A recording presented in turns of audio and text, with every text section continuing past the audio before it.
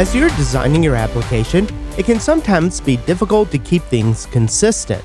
For example, we have blogs, and we do have a blog where the title of the page is on the left. We have the option to create a new blog, and then we list out all of the records with a blue, purple, and red action items. We can then go over to the products, and we have something very similar. And so as we're developing our applications, it's pretty easy to get things mixed up or to not be consistent. You could copy from one page to another, but there's actually some more simple ways to do this. And this is actually an old trick with the application templates.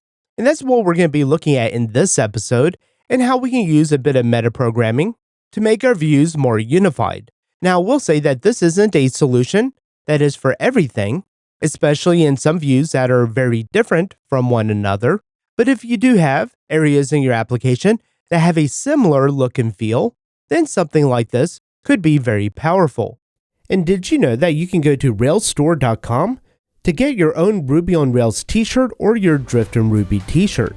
To watch this full episode and more videos, visit driftinruby.com and subscribe to the Pro membership.